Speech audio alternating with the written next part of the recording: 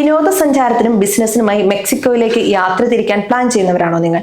എങ്കിൽ ഈ വാർത്ത നിങ്ങൾ നിർബന്ധമായും അറിഞ്ഞിരിക്കണം. മെക്സിക്കോയിലെ തമൗലിപാസ് സംസ്ഥാനം, പ്രത്യേകിച്ച് റെയ്നോസ എന്ന അതിർത്തി നഗരം ഇന്ന് ലോകത്തിലെ തന്നെ ഏറ്റവും അപകടം പിടിച്ച ഇടങ്ങളിൽ ഒന്നായി മാറിയിരിക്കുകയാണെന്നാണ് മാധ്യമങ്ങൾ റിപ്പോർട്ട് ചെയ്യുന്നത്. കഴിഞ്ഞ ദിവസങ്ങളിൽ അമേരിക്കൻ സ്റ്റേറ്റ് ഡിപ്പാർട്ട്മെന്റ് തങ്ങളുടെ പൗരന്മാർക്ക് നൽകിയ അടിയന്തര ജാഗ്രതാ നിർദ്ദേശം അന്താരാഷ്ട്ര തലത്തിൽ തന്നെ വലിയ ചർച്ചയായിരിക്കുകയാണ്. യാത്ര ചെയ്യരുത് അഥവാ ഡു നോട്ട് ട്രാവൽ എന്ന ഏറ്റവും ഉയർന്ന സുരക്ഷാ മുന്നറിയിപ്പാണ് നൽകിയിരിക്കുന്നത്. എന്തുകൊണ്ടാണ് റെയ്നോസ ഇത്രയധികം അപകടകാരിയാവുന്നത്? ബസ്സുകളിൽ നിന്നും യാത്രക്കാരെ തട്ടിക്കൊണ്ടുപോകുന്ന പുതിയ രീതി എങ്ങനെയാണ് പ്രവർത്തിക്കുന്നത്? ഈ വിഷയത്തെക്കുറിച്ചുള്ള ആഴത്തിലുള്ള വിശകലനങ്ങൾക്കും സ്പെഷ്യൽ റിപ്പോർട്ടിലേക്കും നിങ്ങളെ സ്വാഗതം ചെയ്യുന്നു. മെക്സിക്കോയിലെ അതിർത്തി നഗരങ്ങളിൽ കുറ്റകൃത്യങ്ങൾ പുതിയ കാര്യമല്ല.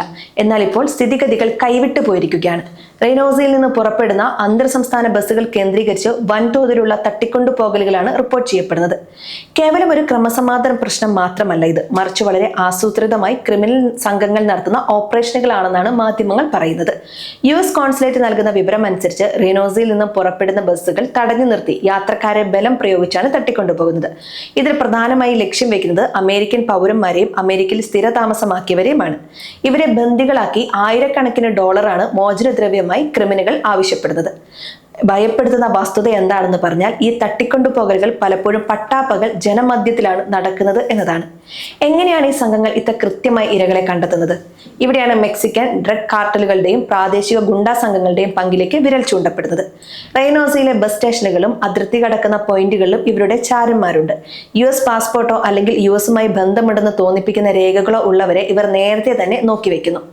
യാത്ര തുടങ്ങിക്കഴിഞ്ഞാൽ വിജനമായ സ്ഥലങ്ങളിൽ വെച്ച് ബസ്സുകൾ തടയുന്നു. തോക്കുധാരികളായ സംഘം ബസ്സിൽ അതിക്രമിച്ചു കയറുകയും മുൻകൂട്ടി നിശ്ചയിച്ച വ്യക്തികളെ പിടിച്ചെറുക്കുകയും ചെയ്യും. പലപ്പോഴും ബസ് ഡ്രൈവർമാരെയോ ഭീഷണിപ്പെടുത്തിയോ അല്ലെങ്കിൽ അവർക്ക് പണം നൽകിയോ ആണ് ഇത്തരം നീക്കങ്ങൾ നടക്കുന്നത് എന്ന് മാധ്യമങ്ങൾ പറയുന്നു. പിടിക്കപ്പെട്ടവർ പിന്നീട് രഹസ്യ താവളങ്ങളിലേക്കാണ് മാറ്റപ്പെടുന്നത്. അവിടെ ക്രൂരമായ പീഡനങ്ങൾക്കും ഭീഷണികൾക്കും അവർ ഇരയാകും. തടവിലാക്കപ്പെട്ടവരുടെ ബന്ധുക്കളെ ഫോണിൽ വിളിച്ച് പണം നൽകിയില്ലെങ്കിൽ കൊന്നുകളയുമെന്ന് ഭീഷണിപ്പെടുന്നതാണ് ഇവരുടെ സ്ഥിരം ശൈലി. മെക്സിക്കോയിലെ മറ്റു പല സംസ്ഥാനങ്ങളും വിനോദസഞ്ചാരികൾക്ക് സുരക്ഷിതമാണെങ്കിലും തമൗലിപാസ് ഇപ്പോഴും ഒരു ചുവന്ന വരയ്ക്കുള്ളിലാണ്. ഗൾഫ് കാർട്ടൽ, ലോസ് സെറ്റാസ് തുടങ്ങിയ അതിശക്തമായ ക്രിമിനൽ ഗ്രൂപ്പുകളുടെ ആധിപത്യമുള്ള മേഖലയാണിത്. മയക്കുമരുന്ന് കടത്ത്, മനുഷ്യക്കടത്ത്, ആയുധക്കടത്ത് എന്നിവയുടെ പ്രധാന ഇടനാഴിയാണിതെന്നും പറയപ്പെടുന്നു. അതിർത്തി നഗരമായതുകൊണ്ട് തന്നെ ഇവിടുത്തെ നിയന്ത്രണത്തിനായി വിവിധ ഗാംഗുകൾ തമ്മിൽ നിരന്തരം ഏറ്റുമുട്ടലുകളും നടക്കാറുണ്ട്. ഇത്തരം ഏറ്റുമുട്ടലുകൾക്കിടയിൽ സാധാരണക്കാരായ യാത്രക്കാർ വെടിയേറ്റു മരിക്കാനോ കൊല്ലപ്പെടാനോ ഉള്ള സാധ്യതയും വളരെ കൂടുതലാണ്. ഇത് കൂടാതെ റോഡ് ഉപരോധം അഥവാ ബ്ലാക്ക് ഡേയ്സ് ഇവിടെ സാധാരണമാണ്. മോഷ്ടിച്ച വാഹനങ്ങൾ റോഡിന് കുറുകെയിട്ട് ഗതാഗതം തടസ്സപ്പെടുത്തുകയും ഈ സമയത്ത് കൊള്ളയടിക്കുകയും ചെയ്യുന്ന രീതിയും ഇവർക്കുണ്ട്. ഈ സാഹചര്യത്തിലാണ് അമേരിക്കൻ സ്റ്റേറ്റ് ഡിപ്പാർട്ട്മെന്റ് തങ്ങളുടെ പൗരന്മാരോട് റെയ്നോസിലേക്കുള്ള യാത്ര പൂർണ്ണമായും ഒഴിവാക്കാൻ ആവശ്യപ്പെട്ടിരിക്കുന്നത്. ഇതിനായി അവർ നൽകുന്ന നിർദ്ദേശങ്ങളും ശ്രദ്ധിക്കണം. തമൗലിപാസ് സംസ്ഥാനത്തിലൂടെയുള്ള ബസ് യാത്രകൾ പൂർണ്ണമായും ഒഴിവാക്കുക. റെയ്നോസിൽ നിന്നും തമോപാസിലേക്കോ തിരിച്ചോ യാത്ര ചെയ്യുന്നത് മരണത്തെ വിളിച്ചു വരുന്നതിന് തുല്യമാണ്. 3. അമേരിക്കൻ ഗവൺമെന്റ് ഉദ്യോഗസ്ഥർക്ക് പോലും അവിടെ കർശനമായ നിയന്ത്രണങ്ങളുമുണ്ട്. രാത്രികാലങ്ങളിൽ യാത്ര ചെയ്യാനും അനുവാദമില്ല.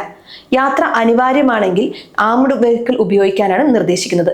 ഇതൊരു ചെറിയ മുന്നറിയിപ്പല്ല. അഫ്ഗാനിസ്ഥാൻ, സിറിയ തുടങ്ങിയ യുദ്ധബാധിത രാജ്യങ്ങൾക്ക് നൽകുന്ന അതേ ഗൗരവത്തിലുള്ള ലെവൽ 4 മുന്നറിയിപ്പാണ് റെയ്നോസയ്ക്കും നൽകിയിരിക്കുന്നത്. അതായത് ഇവിടെ നിങ്ങൾക്ക് എന്തെങ്കിലും അപകടം സംഭവിച്ചാൽ US എംബസിക്ക് പോലും സഹായത്തിനെത്താൻ പരിമിതികളുണ്ടാകും.